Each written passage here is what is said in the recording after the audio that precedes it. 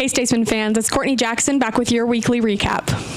Men's and women's track and field competed in two events last week. First was the Grandview Field Meet, which hosted only field events. There, Stottlemyre led the way for the men, taking home the gold in the weight throw event and taking third in the shot put. 4 other individuals finished in the top 10 for their respective events as well. The teams then traveled to the Northwest Missouri State Open. There, Dagrin led the Statesmen with his second place finish in the 60-meter hurdles, and 7 other Statesmen were able to finish in the top half of their respective fields. On the women's side, Washington led the Statesmen with her 8.05 time in the 60-meter dash. Women's wrestling competed twice last week. First at Iowa Wesleyan, where despite 4 individual wins by the Statesmen, they were beat 29-19. The women then traveled to the Grandview Open, where Steinkamp gathered 2 wins, including one by technical fall, and Selemani and Grimes were also able to get event wins by technical fall. Men's wrestling competed against number 1 ranked Grandview last week. The Statesmen were able to take 2 matches the full 7 minutes, but were ultimately beat 51-0. They then traveled to the Missouri Valley Open, where 10 individual Statesmen were able to take home a win. Men's volleyball played 1 game last week against number 4 ranked Park University. Despite their best efforts to come back after being down early, William Penn lost the first set 25-23. The Statesmen kept it competitive early on in the second set.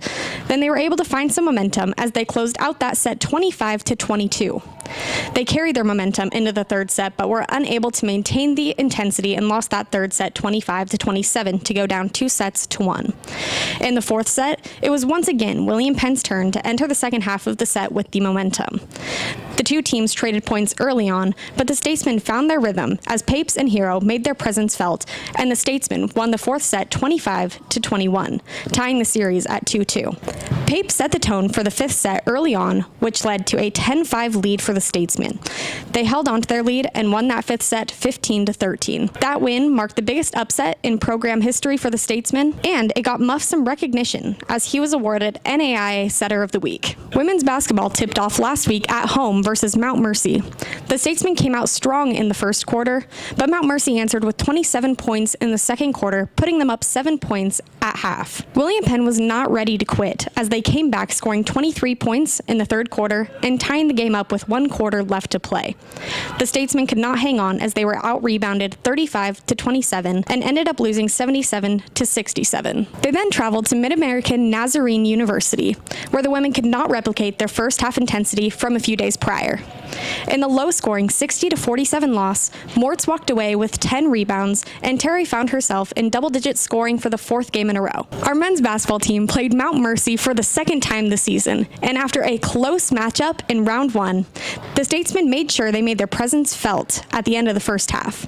After a back-and-forth battle to begin the game, the Statesmen found some separation as Newman hit his record-breaking 251st career three-pointer and finished off the first half 59-39. The Mustangs did not give up out of the break, but they were unable to overcome the 20-point gap, and Newman's 24 points led the Statesmen to another win on the season. The Statesmen then traveled to Mid-American Nazarene for yet another season thriller as the game was pushed to overtime. William Penn came out to a strong 15-4 lead after only 4 minutes. After that, the teams traded buckets for the next 16 minutes as William Penn entered the break up 7 points. Both teams struggled early in the second half, but Mid-American found more success as they were able to tie up the game and take their first lead with 45 seconds left on the clock. Blaylock hit a shot at the end of regulation to send the game into overtime. The two teams battled in overtime until Jackson pushed the lead to 3 and Mid-American could not convert with their last second attempt. The win put William Penn to 23-1 on the season. Now looking forward to next week. Our men's volleyball team hosts number 1 Grandview in the pack at 7 o'clock for Superhero Night. On Wednesday, men's wrestling hosts a dual match against Central at 6:30 and Shriner at 9 o'clock for pins and pizza. And men's and women's basketball head to Parkville to play Park University. On Friday, men's volleyball heads to Marshall, Missouri to play number 8 Missouri Valley. Men's wrestling heads to Pella to compete in the Last Chance Invitational hosted by Central. And women's wrestling heads to Fremont, Nebraska to compete in the Midland Open. On Saturday, men's volleyball heads to Canton, Missouri to take on Culver Stockton. Men's lacrosse heads to West Des Moines to compete in their season opener versus Cornell, Iowa at 1 o'clock. Live stats and video information can be found on our website. Men's and women's basketball host Graceland at 2 and 4 o'clock for senior night. And men's and women's bowling head to Lawrence to compete Saturday and Sunday in the Baker Wildcat Challenge. Make sure you're keeping up with William Penn Athletics on social media so that you guys can keep up with stats, highlights, and make sure you know what to look forward to when it comes to Statesmen Athletics.